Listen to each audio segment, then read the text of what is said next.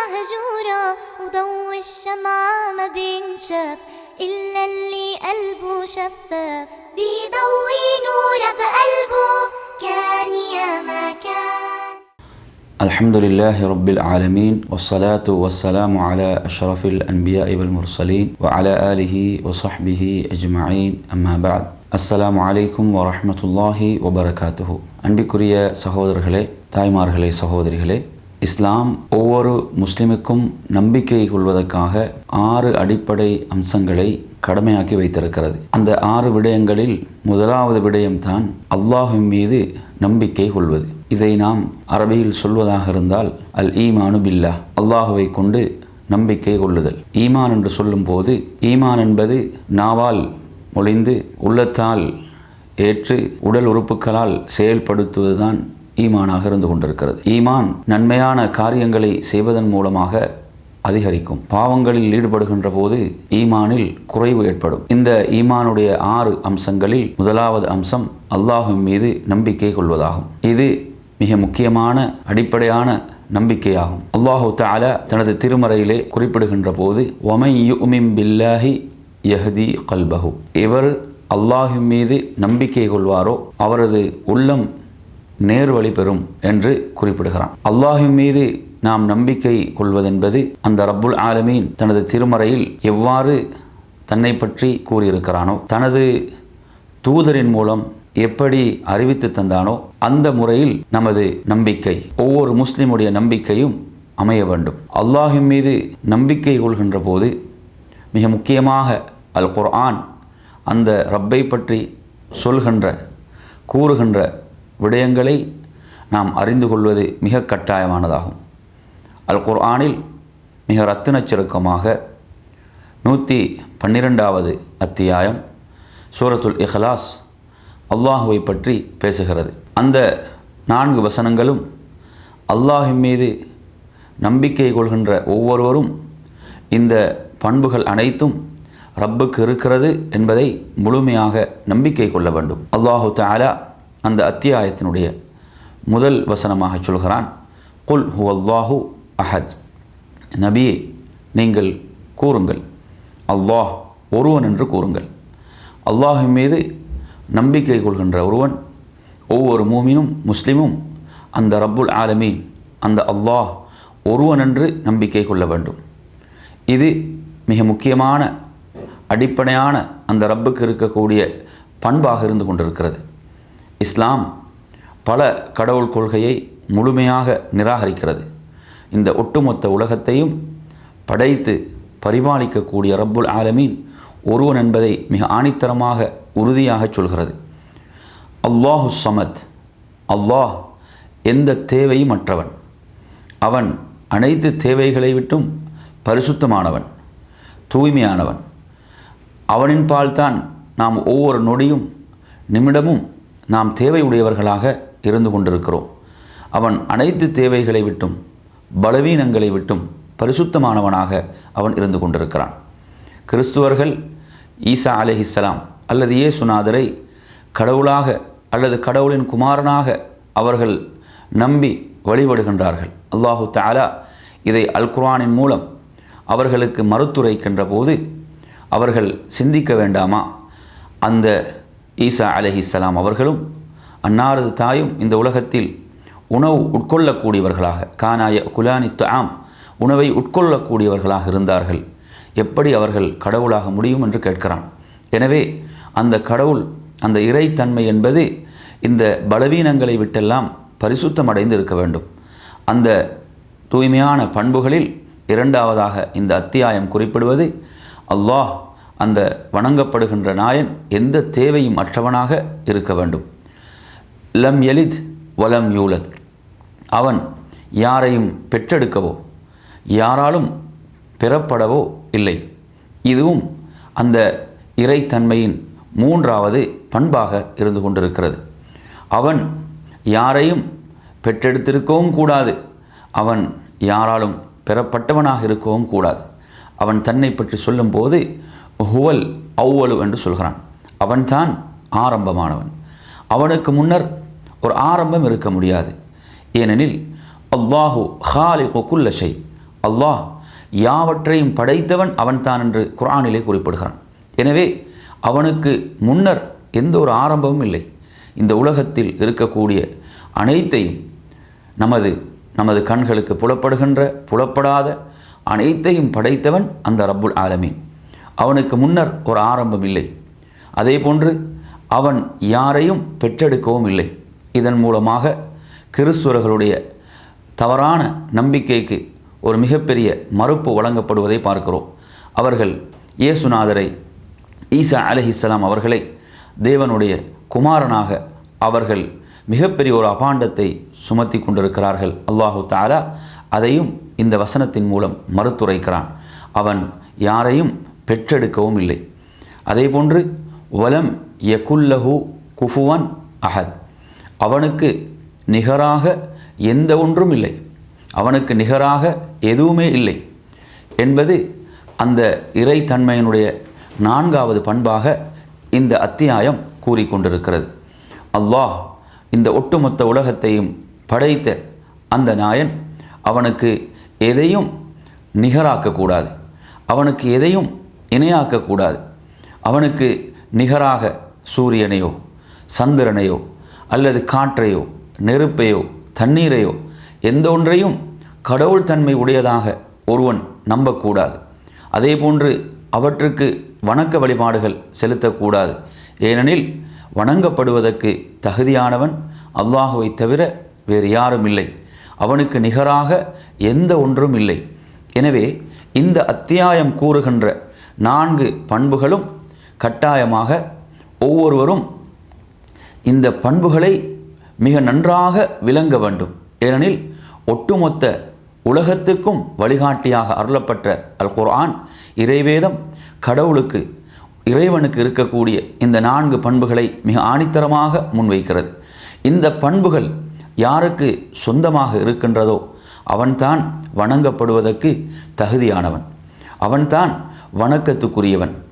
அவனை தவிர வேறு யாரும் வணங்கப்படக்கூடாது என்பதை மிக ஆணித்தரமாக முன்வைக்கிறது. எனவே இந்த இறை நம்பிக்கை என்பது, அல்லாஹின் மீது நம்பிக்கை கொள்வதென்பது அல் குர்ஆன் அந்த ரப்பை பற்றி மிக ரத்தின சுருக்கமாக தெளிவுபடுத்தக்கூடிய இந்த வசனங்களை ஒரு முஸ்லிம், ஒரு மூமின் நன்றாக விளங்க வேண்டும். விளங்கி அதன் அடிப்படையில் தனது நம்பிக்கையை அமைத்து கொள்ள வேண்டும். இந்த அத்தியாயம் குர்ஆனுடைய 3ல் 1க்கு சமம் என்ற ஒரு சிறப்பை பெறுகின்ற அத்தியாயமாகும். ஏனெனில் இதில் சொல்லப்படுகின்ற ஒவ்வொரு பண்பும் அல்லாஹுக்குரிய உயரிய பண்புகளாக இருந்து கொண்டிருக்கின்றன. அதே போன்று அல் குர்ஆனுடைய சூரத்துல் பக்ராவினுடைய இன்னும் மிக உயர்ந்த சிறந்த ஒரு வசனம்தான் 255வது வசனம். இதை நாம் ஆயத்துல் குர்சி என்று குறிப்பிடுவோம். இந்த வசனத்திலும் அல்லாஹ் தனது உயர்ந்த பண்புகளை சொல்லிக் கொண்டிருக்கிறான், தனது வல்லமைகளை, சக்தியை குறிப்பிட்டு கொண்டிருக்கிறான். இந்த வசனமும் குர்ஆனின் மிக உயர்ந்த பல சிறப்புகளை கொண்ட ஒரு வசனமாக இந்த வசனம் திகழ்ந்து கொண்டிருக்கிறது. அல்லாஹு லா இலாஹ இல்லாஹுல் ஹய்யுல் கய்யூம் என்று ஆரம்பிக்கிறது. இதிலே வணக்கத்துக்குரிய நாயன் அல்லாஹுவை தவிர வேறு யாரும் இல்லை. அவன் என்றென்றும் உயிரோடு இருக்கக்கூடியவன், நிலையானவன். அவனுக்கு ஒரு சிறு தூக்கமோ அல்லது ஆழ்ந்த உறக்கமோ அவனுக்கு கிடையாது. வானங்களில் உள்ளவைகள் பூமியில் உள்ளவைகள் அனைத்தும் அவனுக்கு சொந்தமானவைகள். அவனது அனுமதியின்றி யார்தான் அவனிடம் பரிந்துரைக்க முடியும்? அதே போன்று அவன் நமக்கு முன்னால் உள்ளவைகள் பின்னால் உள்ளவைகள், அவனுக்கு முன்னால் உள்ளவைகள் பின்னால் உள்ளவைகள் அனைத்தையும் அந்த ரப்புல் ஆலமீன் அறியக்கூடியவனாக இருக்கிறான். அவனுடைய இல்ம் என்பது அனைத்தையும் சூழ்ந்ததாக இருந்து கொண்டிருக்கிறது. அதே போன்று அவனது ஆசனம், சிம்மாசனம் என்பது வானங்கள் பூமியை விட விசாலமானது. அதே போன்று இந்த அனைத்தையும் நிர்வகிப்பது, பரிபாலிப்பது என்பது அவனுக்கு எந்த ஒரு சிரமத்தையும் அது கொடுக்காது. அவன் உயர்ந்தவனாக, யாவற்றையும் அறிந்தவனாக, அதே போன்று அவன் யாவற்றின் விட கண்ணியத்துக்குரியவனாக அவன் இருந்து கொண்டிருக்கிறான். அதே போன்று அல்லாஹ் தன்னை பற்றி அல் குர்ஆனில் சூரத்துல் ஃபுர்கான் 25வது அத்தியாயம், அந்த அத்தியாயத்தினுடைய 58வது வசனமாக சொல்லும்போது அவன் சொல்கிறான், வதவக்கல் அலல் ஹய்யில்லதி லா யமூத். நபியே, நீங்கள் என்றென்றும் உயிரோடு இருக்கக்கூடிய, மரணமோ முடிவோ அழிவோ இல்லாத அந்த ரப்பிடம் உங்கள் காரியங்களை ஒப்படையுங்கள் என்று அவன் சொல்கிறான். அதே போன்று சூரத்துல் ஹதீத் 57வது அத்தியாயத்தினுடைய 31வது வசனமாக, அதாவது 57வது அத்தியாயத்தினுடைய 3வது வசனமாக சொல்லும்போது அவன் சொல்கிறான், ஹுவல் அவ்வல், அவன் தான் ஆரம்பமானவன், வல் ஆஹிர், அவன் தான் இறுதியானவன், வல் பாத்தின், அவன் தான் அதாவது மறைந்தவன், அதே போன்று அவன் மறைவானவன், வல்லாஹிர், அவன் வெளிப்படையானவன், வஹுவ பிகுல்லி ஷைஇன் அலீம், அவன் யாவற்றின் மீதும் ஞானமிக்கவனாக யாவற்றையும் அறிந்தவனாக அவன் இருக்கிறான். அதே போன்று இப்படி அல் குர்ஆனை நாம் பார்க்கின்ற போது அவனது பண்புகள் குர்ஆனின் மூலம் மிக தெளிவாக கூறப்பட்டு கொண்டிருக்கிறது.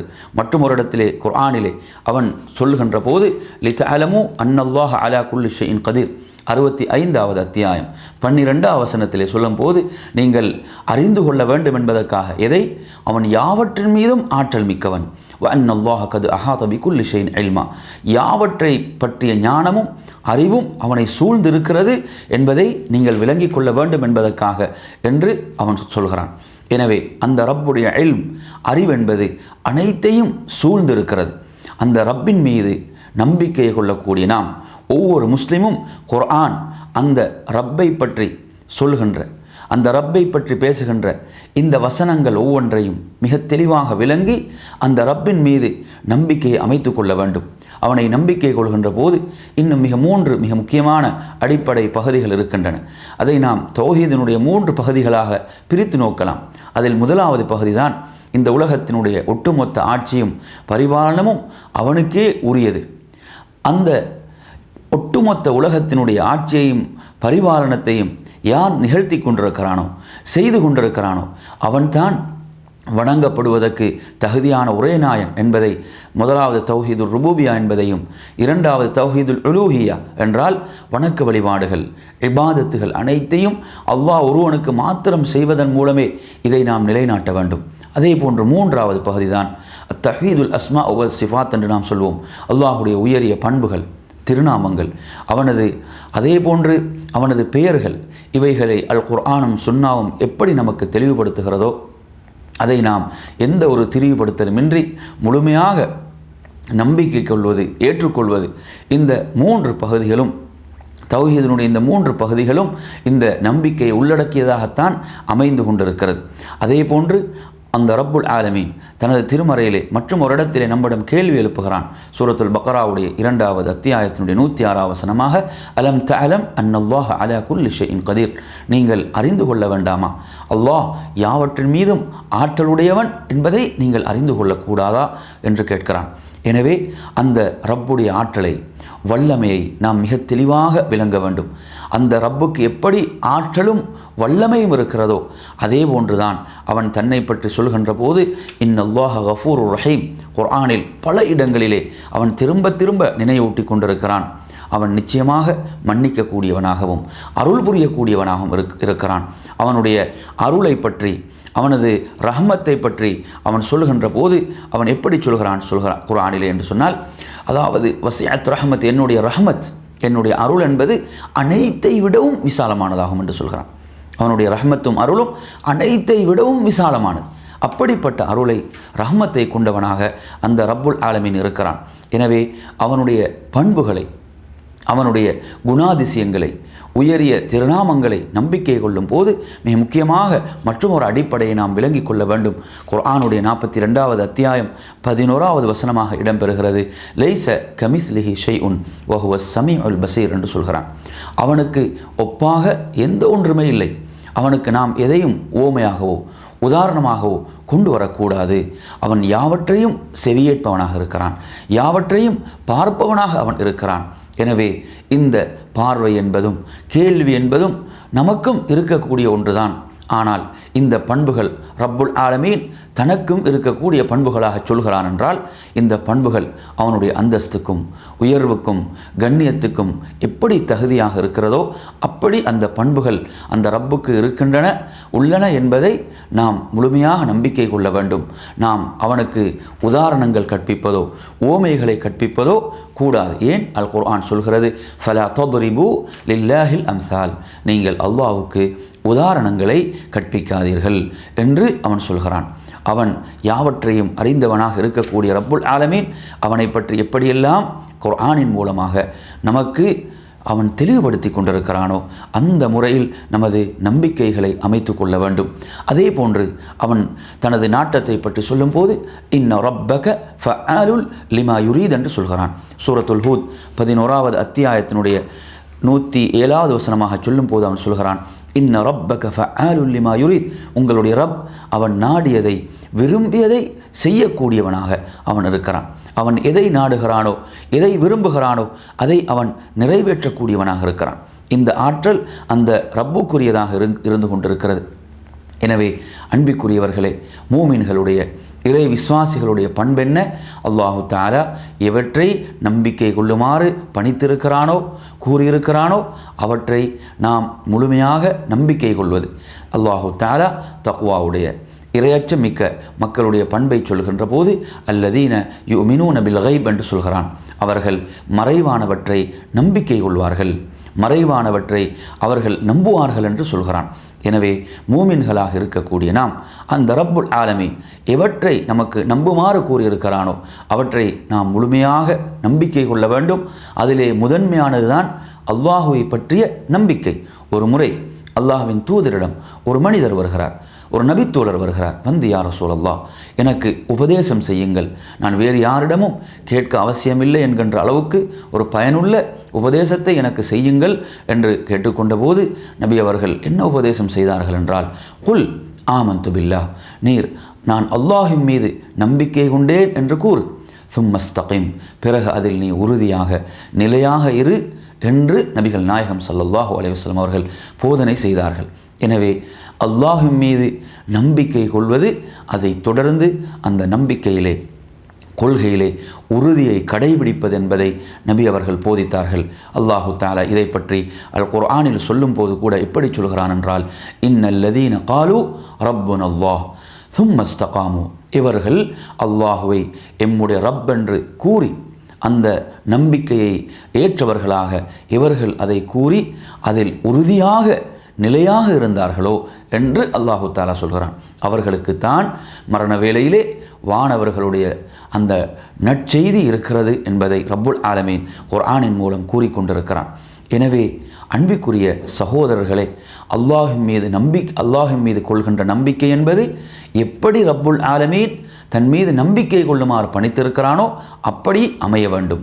அல்லாஹுடைய தூதரின் மூலம் எப்படி கற்றுத்தந்தானோ அப்படி அமைத்து கொள்ள வேண்டும். அடுத்ததாக அந்த நம்பிக்கையிலே நாம் உறுதிமிக்கவர்களாக இருக்க வேண்டும், உறுதியை கடைபிடிக்க வேண்டும். அல்லாஹ் எப்படி தன்னை யாவற்றின் மீதும் ஆற்றல் மிக்கவனாக சொல்கிறானோ அதே போன்றுதான் அவனது ரஹ்மத்தும் கருணையும் விசாலமானது. எப்போது நாம் அவனை அழைத்தாலும் அவன் நமக்கு பதிலளிக்கக்கூடியவனாக இருக்கிறான். அவனுடைய இல்மும் அறிவும் நம்மை சூழ்ந்திருக்கிறது. அவன் சொல்கிறான், இன்னல்லாஹ கான அலைக்கும் ரகீபா, நிச்சயமாக அல்லாஹ் உங்களை கண்காணித்து கொண்டிருக்கிறான் என்று சொல்கிறான். எனவே அல்லாஹுடைய கண்காணிப்பு என்பது ஒவ்வொரு நொடியும் நம் மீது இருந்து கொண்டிருக்கிறது. எனவே அந்த கண்காணிப்பு என்பது நம்மை நன்மைகளின் பால் ஆர்வப்படுத்த வேண்டும், தீமைகளை விட்டு தூரப்படுத்தக்கூடியதாக அந்த நம்பிக்கை அமைய வேண்டும். எனவே அன்பிற்குரிய சகோதரர்களே, இந்த நம்பிக்கையை உறுதியாக நமது உள்ளத்திலே வளர்த்து அந்த நம்பிக்கை நம்மை சுவர்க்கத்தின் பக்கம் நம்மை அழைத்து செல்லக்கூடிய ஒரு நம்பிக்கையாக அந்த நம்பிக்கை மாற வேண்டும் என்று அந்த ரப்பிடம் பிரார்த்திப்போமாக என்று கூறி நிறைவு செய்கின்றேன். வஸ்ஸலாமு அலைக்கும் வரஹ்மத்துல்லாஹி வபரகாத்துஹு.